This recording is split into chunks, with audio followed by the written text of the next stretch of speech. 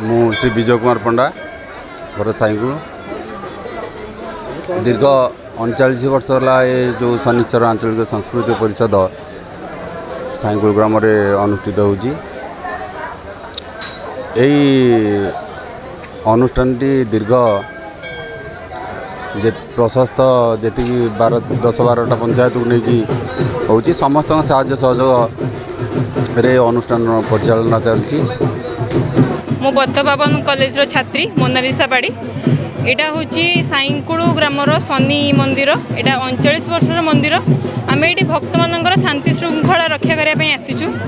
जेहेतु ये अधिक भिड़ हुए एक पुराना मंदिर लोक मानकर बहुत गहली हुए लोक मैंने केमती शांति श्रृंखला दर्शन करें भगवान को पाखे प्रार्थना करें जहाद्वारा कि गाँव सबकि भल हम से आम समस्ते ये आसिक लोक मान साहाय्य करुचु लोक मान शांति श्रृंखला। श्री जलधर पाड़ी मुझे अनुष्ठान मेम्बर जय शनिश्चराय आमर ये हूँ 39तम वार्षिक उत्सव।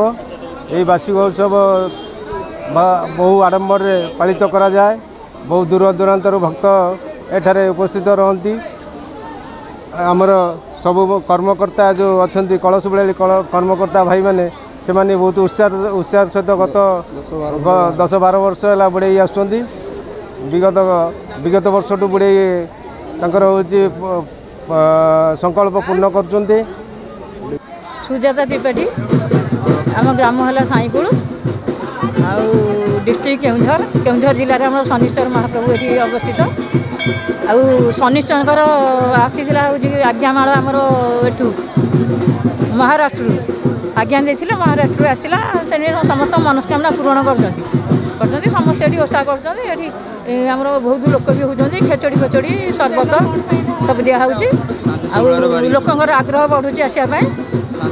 मो पंडित सीतारामपति मो सांगरे अच्छा पंडित कानुचरणपति पंडित रविनारायण पंडा पंडित राजीव लोचन पंडा नित्य पूजक पंडित रवींद्र कुमार पंडा आम ब्राह्मण मानक एवं ग्रामवासी तत्वावधान चली आम ग्रामर बा अंचलर विराजमान करिथिबा ग्रहराज शनिश्चर 39तम वार्षिक उत्सव। यही उत्सव 2 दिन धरी अनुष्ठित होता है।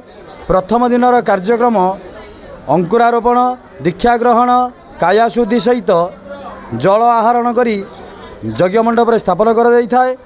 शनिवार दिन प्रातः समय वेदपाठ पंचकर्म सूर्य पूजा तापरे शनि ग्रहराज शनिंगर महातेज नामक अग्नि स्थापन कर एवं ग्रहराज शनिश्चर षोडशोपचार पूजा समेत यज्ञाहुति चली था।